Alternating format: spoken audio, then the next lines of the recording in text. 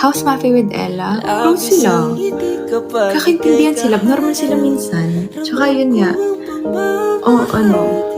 okey, nakikita ko naman na okey si Mafe sa kanya.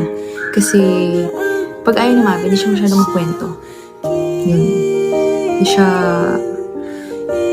makuwento. Pero 'pag kay Ella yun, minsan sila na nag-uusap, gano'n.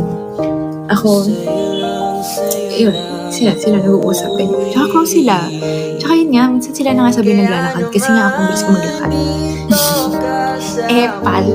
Oo, ayaw nila ako kasama. Hindi daw ako masaya kasama.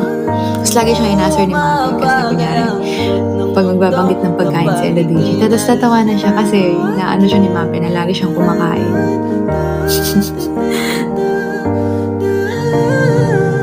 Kasi foodies life kami ni Ella DJ.